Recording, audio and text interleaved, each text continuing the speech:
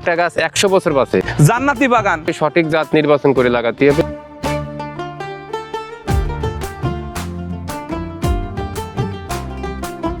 বাংলাদেশে অধিকাংশ লোক টক আঙ্গুর চাষ করে, মূলত বিষয় হচ্ছে সঠিক জাত নির্বাচন করা। তো আমি ইউক্রেনে থেকে সঠিক জাত নির্বাচন করি।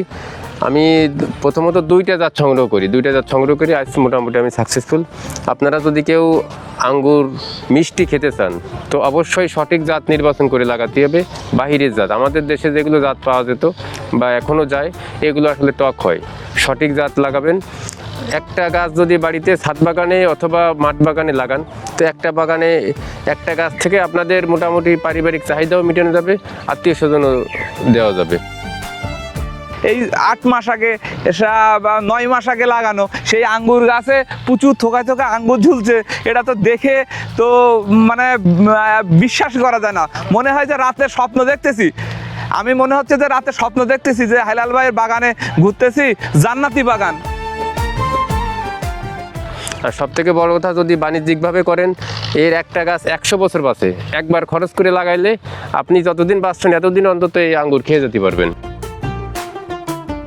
আজকে আমরা আমাদের সাতক্ষীরাতে এই আঙ্গুর দেখতেছি। এটা মনে হচ্ছে যে আমরা ঘুমাই স্বপ্ন দেখতেছি।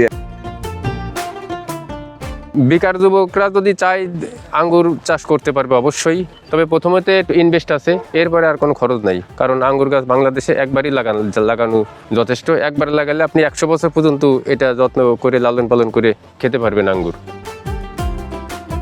প্রথমত ইনভেস্ট হবে, একবারই ইনভেস্ট হবে, এরপরে আর কোনো ইনভেস্ট করা লাগে না, একবারই যথেষ্ট। বিঘে প্রতি আনুমানিক 4 লক্ষ টাকার মতো খরচ হবে, এরপরে আর কোনো খরচ নাই। কারণ গাছ তো একবারই লাগাতে হচ্ছে, দ্বিতীয়বার গাছ লাগানো লাগবে না। প্রথম বছরে ফিডব্যাক আসবে, তো প্রথম বছর সাধারণত প্রথম বছর যদি 1 বিঘে জমিতে 5 লক্ষ টাকা আয় আসে, দ্বিতীয় বছর ওই জমিতে 8 লক্ষ টাকা আয় আসবে, তৃতীয় বছর ওই জমিতে 12 লক্ষ টাকা আয় আসবে। প্রতি বছর গাছ বড় হবে, আয় বাড়বে। আঙ্গুর মূলত বিদেশি ফল হিসেবে আমরা চিনি, তবে সাতক্ষীরার মাটিতে এত সুন্দর আঙ্গুর ফলে এটা আমি এখানে এসেই দেখলাম আর কি।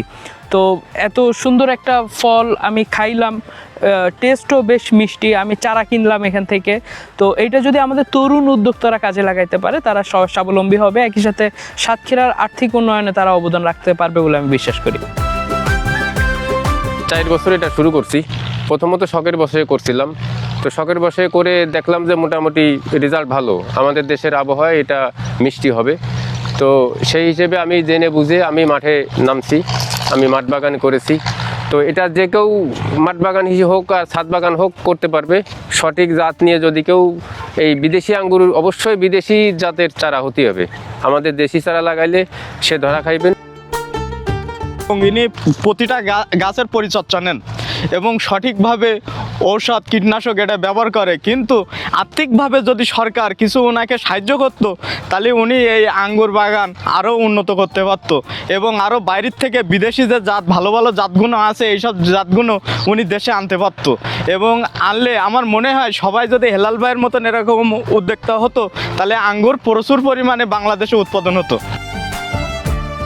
এই যে সম্ভাবনাটা দেখতেছি, তা বেকার যুবকরা যদি মানে এই আঙ্গুর সেক্টরে আসে, তারা যে আমাদের হেলাল ভাইয়ের সাথে যদি একটু ট্রেনিং করে ভালো জাতের আঙ্গুরের চারা ক্রয় করে যদি সে বাগান করতে পারে, আমার বিশ্বাস যে সে প্রথম বছর থেকে সফল হয়ে যাবে।